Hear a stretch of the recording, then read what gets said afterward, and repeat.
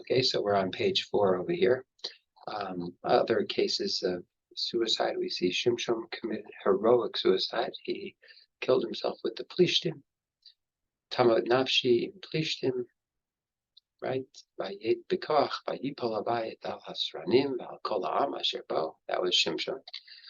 Esther went to King Ahasuerus. Of course, that was an act of heroic suicide. Of course, she came out scot-free, but she did go Al tidami benafshechli, aleit beit hamelech mikol haYehudim. Mordechai encouraged her to do this. Interesting, he sort of sacrificed her in a sense, but that's heroic suicide. And then famously, the story of Hananiah, Mishael, and Azariah with Nebuchadnezzar. They had a chance to bow down to the idol. Instead, they were thrown into the fire. The Gemara in Kesuvos says, Dilma malkos chamor.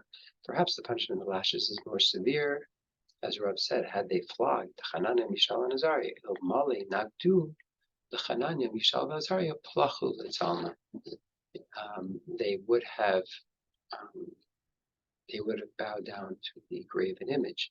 So the question is, I don't get it. If it's Yarag Bal Yavor, what does that mean? If they would have been flogged, they would have bowed down to the image. Of course, they wouldn't have. It's Yarag Bal Yavor. They should not have done it.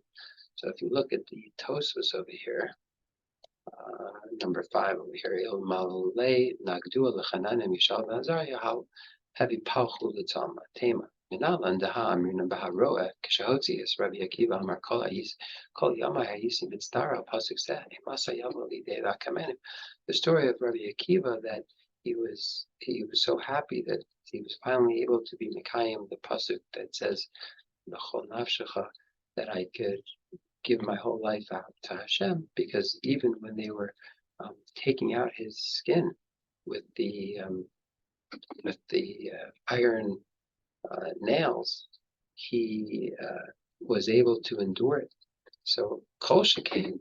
So when it comes to getting flogged, how is it possible that they would just succumb to that and then bow down to an idol? This was their opportunity, their Rabbi Akiva moment, that they could donate their lives. But so Rabbeinu Tam says that this tzelem was not really Avodas Kachavim. If it was Avodas Kachavim, of course, they would not have bowed down to it if they were getting flogged. But it wasn't really, it was just for Kavod HaMelech, and it wasn't a real thing. But then at the end of the Tosfos, it says, Mihu Palchu Tzama Mashma Shatzelem Haya Avodas Kachavim. It does imply that the word plachu means, it does imply that they would have been induced. So it's almost like he doesn't love his own answer. It's an interesting way to say it.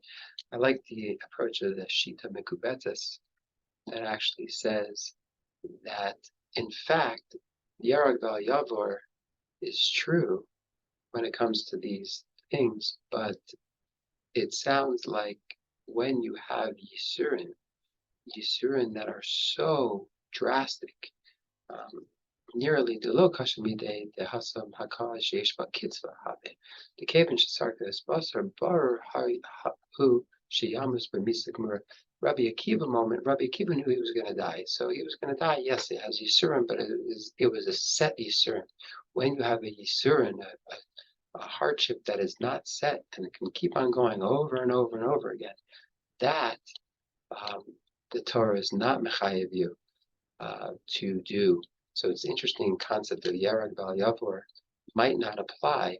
That same concept might not apply to yes or the Lo Yavor. If the Yisurin are so much, you might not have to endure it.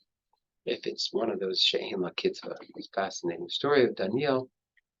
Daniel was also brought into the lion's den and thrown in there. And the story, of course, of Abraham and the Kivshan Ha'esh, the heroic suicide. He was the Nimrod. He basically was thrown into the Kivshan Ha'esh for not, listening or doing some Avodah Zarah. This is in Bereshis Rabbah 38. So that is page number 4. Thank you. We're almost through.